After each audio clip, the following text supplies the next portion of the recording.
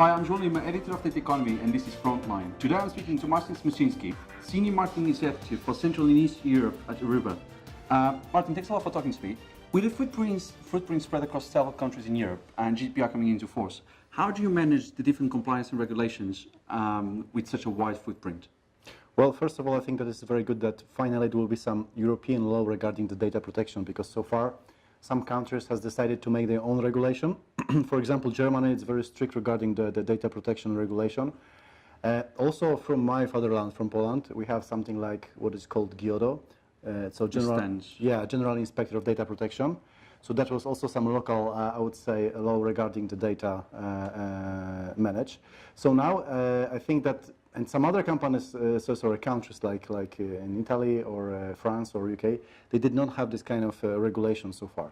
So now, because we are in one European, would say, community, we have the same regulation regarding the free data flow, which is very important, because so far we as Aruba, we can see it's very clearly that we need some extra regulation regarding free data flow, because the number of the data flow between the countries, especially during the cloud computing technology, is increasing.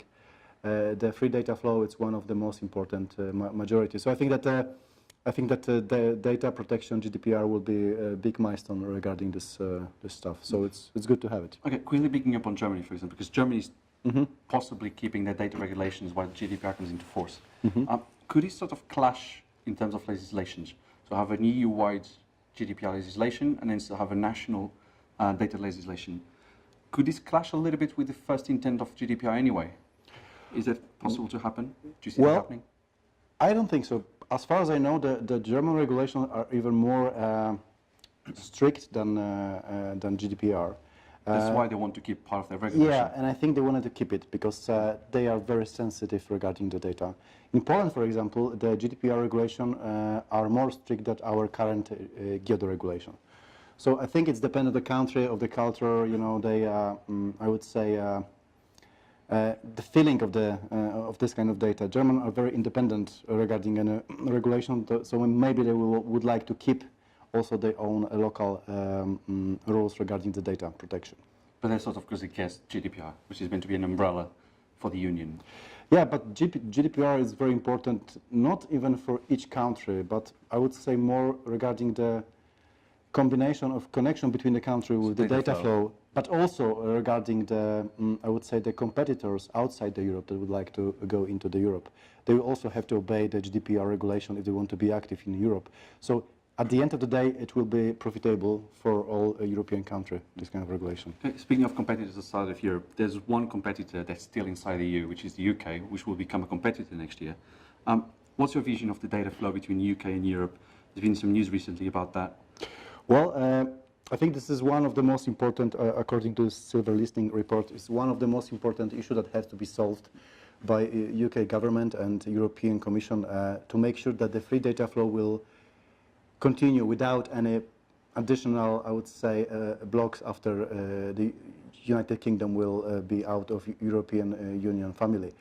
The reason for that is because we are very linked on economic level, and free data flow, it's, I would say, one of the most important fundament to continue this kind of activity on the business level, financial level, and so on. So we as Aruba, we also have the collocation in UK. We have few thousand customers in UK already, not only from UK but also from other countries. But they're keeping their data, their business in UK, so they want to have this free data flow. So I would say this is a win-win situation. We need to settle down this together to make sure that both sides will be happy here. Okay, and then as you mentioned, you have data centers in London. You have data centers in Frankfurt, Paris. You've opened Italy's largest data center as well in Milan a couple of months ago. You also have a presence in Warsaw. Let's start with the Italian market. Why has Milan become such a big hub? Because a lot of people that I'm speaking to at the moment, we have the 5 big countries. So we have the 5 big cities, London, Amsterdam, Frankfurt, Dublin, and Paris. And Milan seems to be the next one. This seems to be number 6.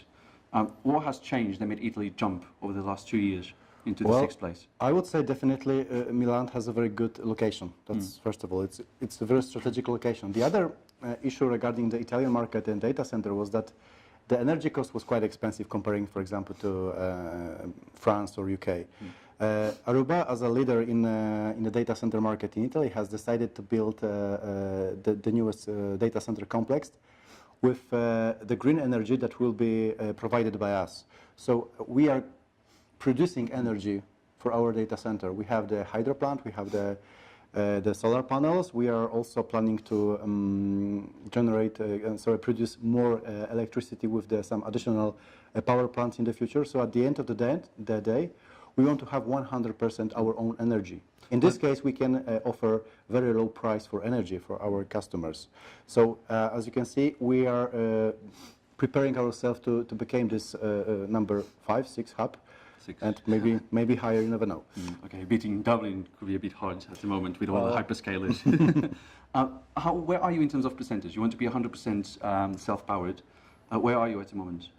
At the moment, I would say that at least 50% of our energy is generated by our own. But you have to keep in mind that the data center Aruba campus is growing. We just opened one part, 5, 6 buildings. Yeah, we're planning to have the 6 buildings. Now we have the first building with 10,000 square meters, but we are planning to have a much more.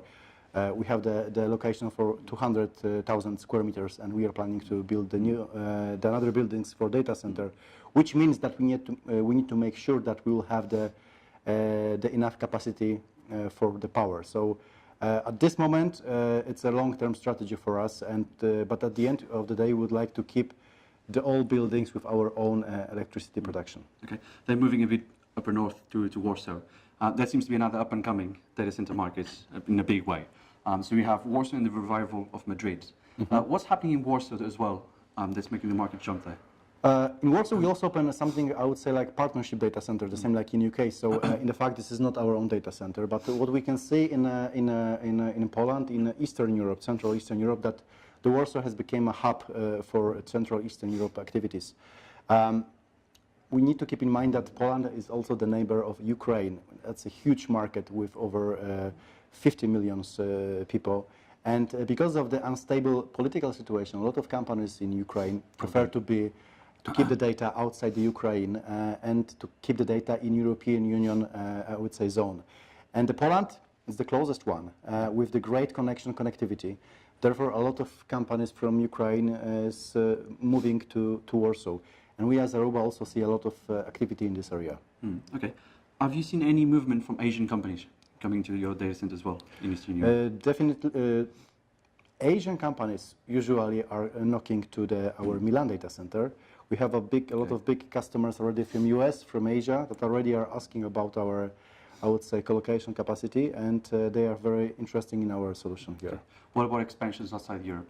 Is that on the cards for Aruba? Sorry? Expansion outside Europe, so North America, Asia. I think this is a natural step.